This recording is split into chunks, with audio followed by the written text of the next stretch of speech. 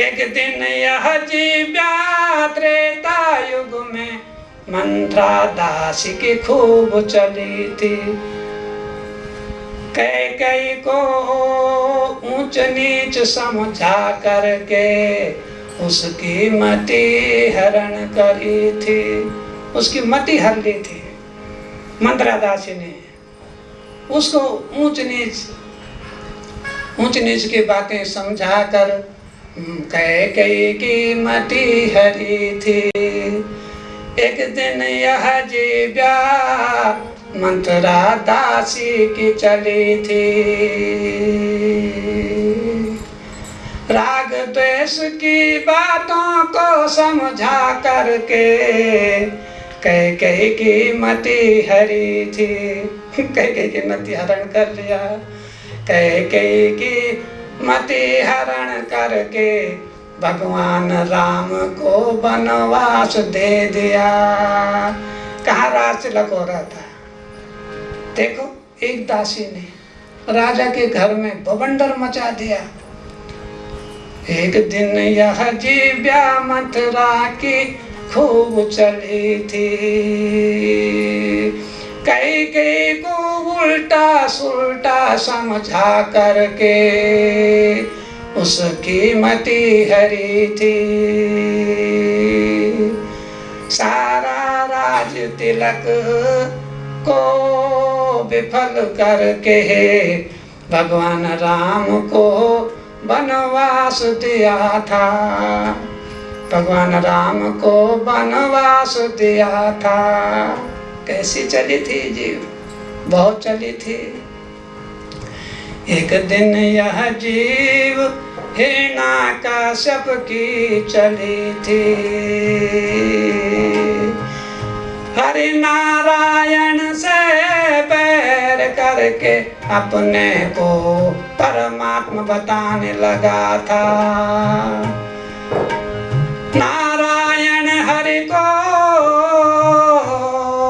दुत्कार करके अपने को भगवान बताने लगा था। एक दिन यह जीव्या हिरण्याकश्यप की चली थी। भगवान को अनाब शनाब बोल कर प्रहलाद को सताने लगा था। अपने ही पुत्र को बार बार मारने का प्रयास करता था। कई प्रकार से प्रयास किए उसने। हरि नाम लेने वाले प्रहलाद को मारने के लिए तरह तरह के यत्न किए थे।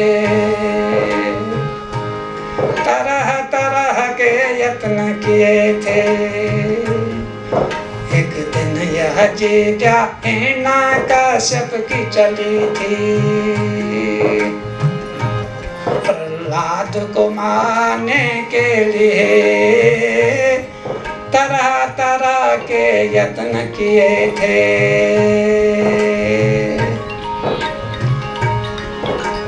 तब उस जीव्या पर अंकुश लगाने के लिए लोहा स्तंभ फाड़ कर नरसिंह अवतार हुआ था।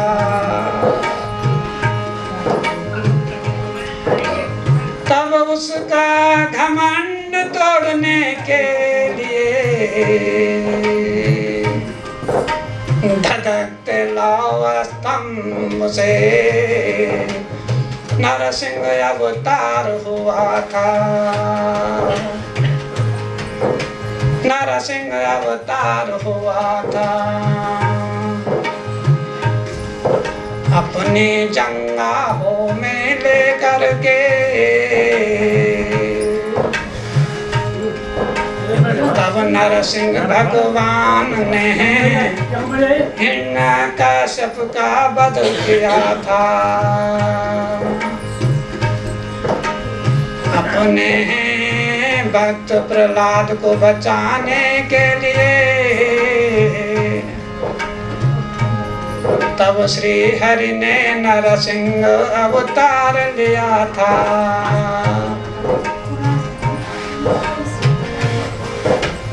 एक दिन यह जीव्या हिरण्याक्ष की भी चली थी।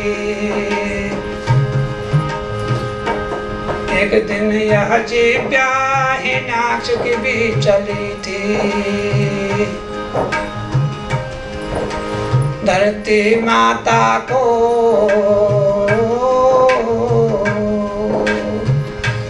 धरती माता को रसातल में ले गया था।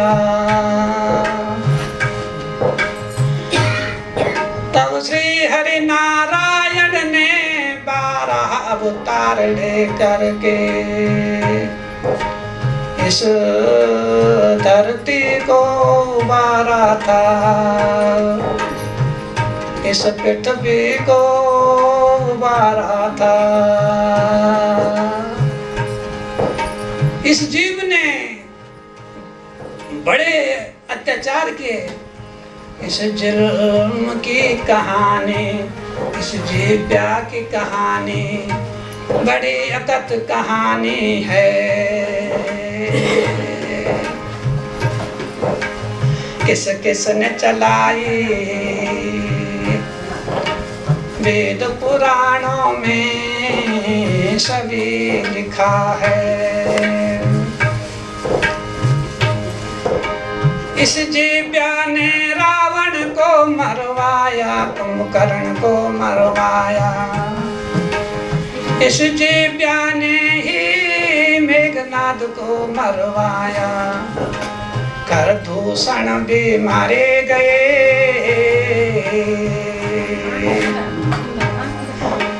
करदूषण भी मारे गए।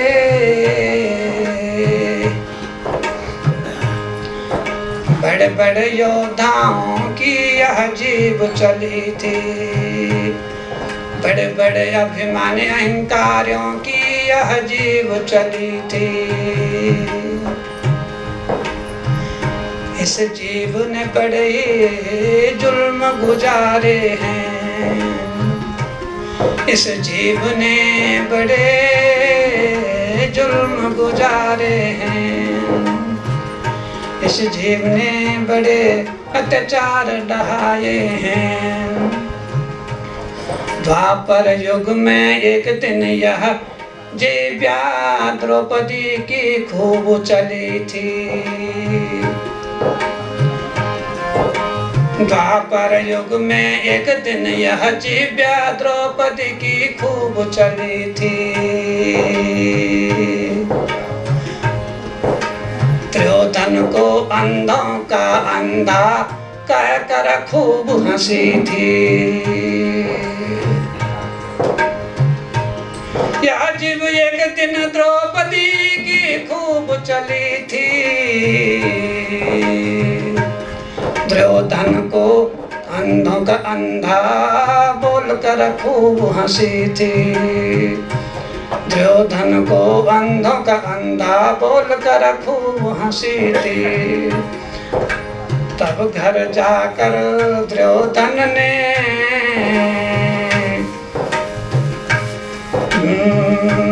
तब घर जाकर दुर्योधन ने द्रौपदी को दंडित करने का विचार किया था। तब दुर्योधन ने घर जाकर उस दिन अपना अपमान का बदला लेने की सोची थी।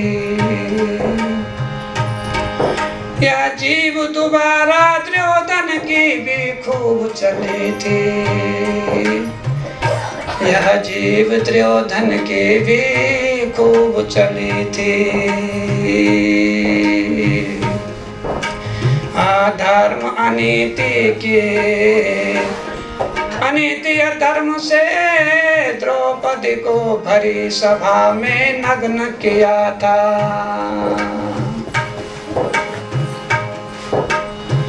यह जीव दुर्योधन की भी खूब चली थी। रानी द्रौपदी को भरी सभा में अनीति पूर्ण नग्न किया था। तब महाभारत का रण दुर्योधन के दुर्वचनों से ही हुआ था। तब महाभारत का युद्ध दुर्योधन के अधर्म माया दुराचरण से ही हुआ था। जीव पर नियंत्रण, खाने में भी बोलने में भी। जो शरीर के लिए उत्तम नहीं है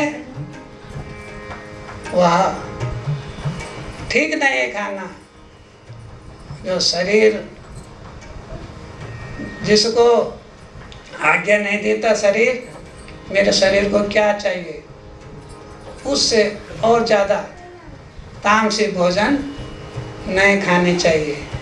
परंतु जीव अपनी अपनी, ऋषि मुनियों ने तो अपनी जीव परमात्मा को सौंप दी।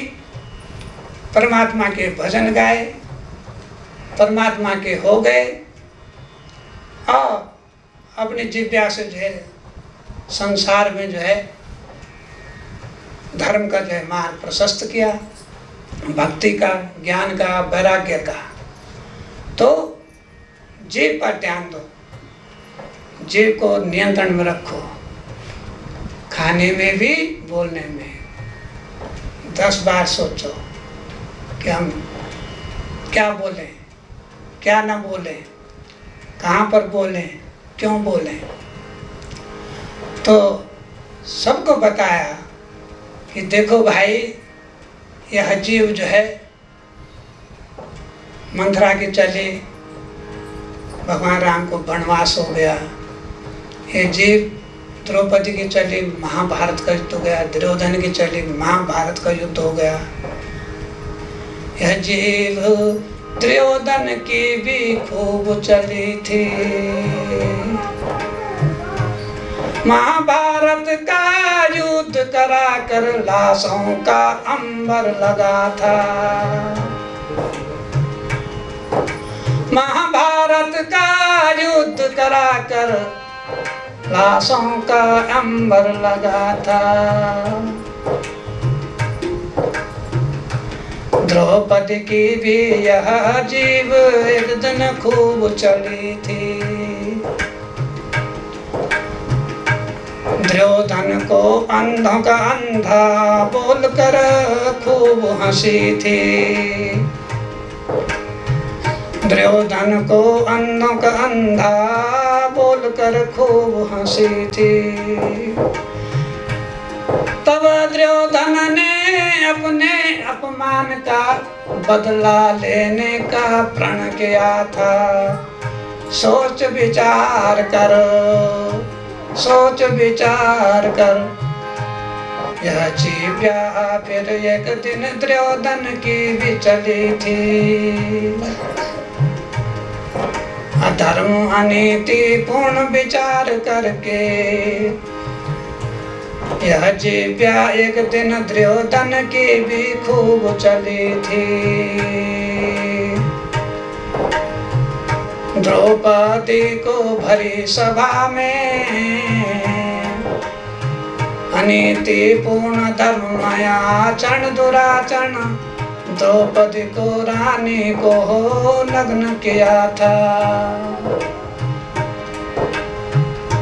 यह जीव्या एक दिन दुर्योधन की भी खूब चली थी। द्रौपदी रानी को दुशासन से घसीट घसीट करके राजसभा में लाई थी। और खुली राजसभा में ला करके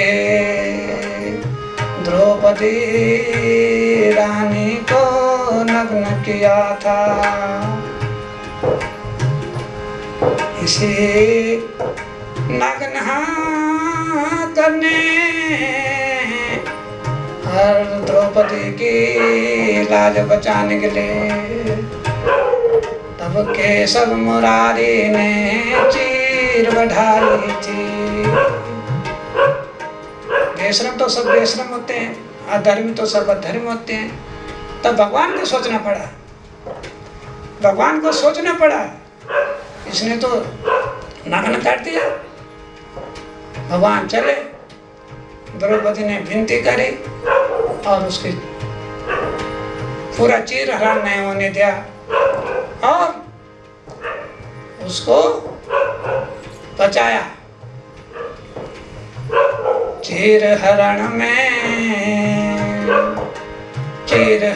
में विफल होने पर, चीर हरण में विफल होने पर, तब भीम की भी जिब्या खूब चली थी। तब भीम की भी, महाबली भीम की यह जिब्या खूब चली थी। दुशासन का लहू पीने कहा, दुशासन को मार करे उसका रक्त पीने का। द्रौपदी ने तब प्रतिज्ञा दोहराई थी और दुर्योधन की जंघाओं को तब भीम ने ही तोड़ा था। दुर्योधन की जंघाओं को तब भीम ने ही मल्ल युद्ध में तोड़ा था। यह जीव महाभारत काल में कर्ण की भी खूब चली थी। यह जीव्या महाभारत युद्ध में कर्ण की भी खूब चली थी। द्रौपदी को बारंबार वैश्या भी उसी ने कहा था।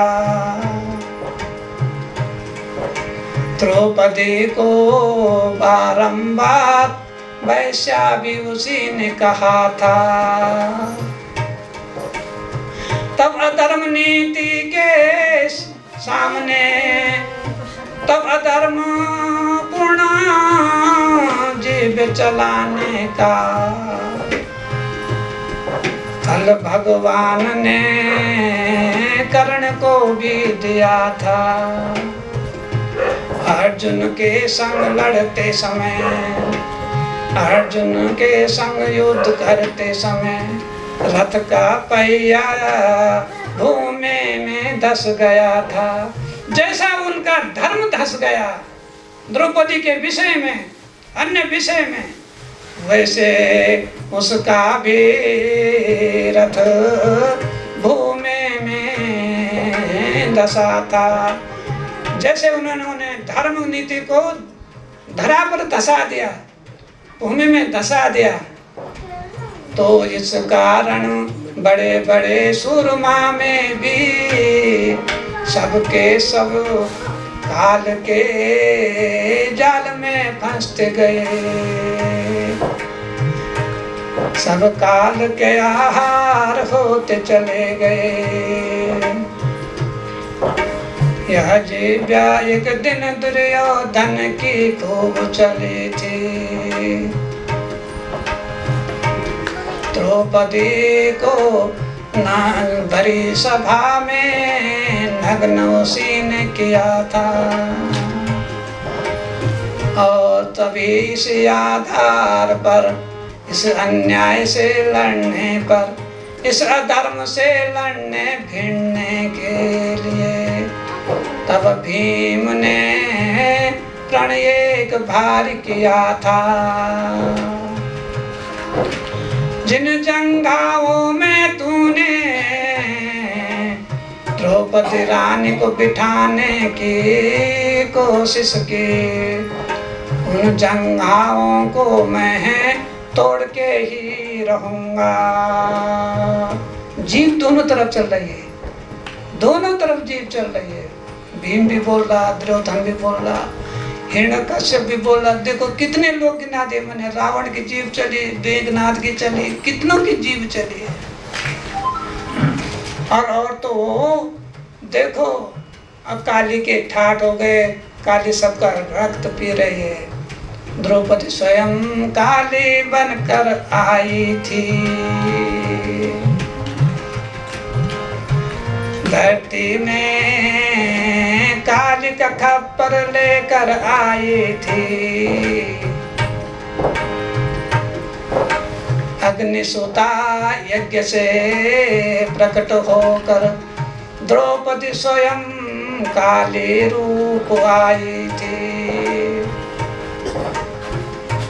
काली तो पांडवों को भी खा जाती, परंतु उन्होंने उसकी लाज बचाने की कोशिश करी, तो इसलिए काली की नजर उन पर नहीं पड़ी, नहीं तो काली तो ही काली ही है।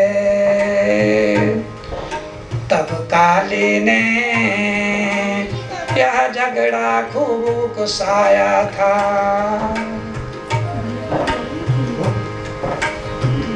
रासु यज्ञ में जल की जगह थल महल जैसा देखकर दुर्योधन अनुमान नहीं लगा पाया।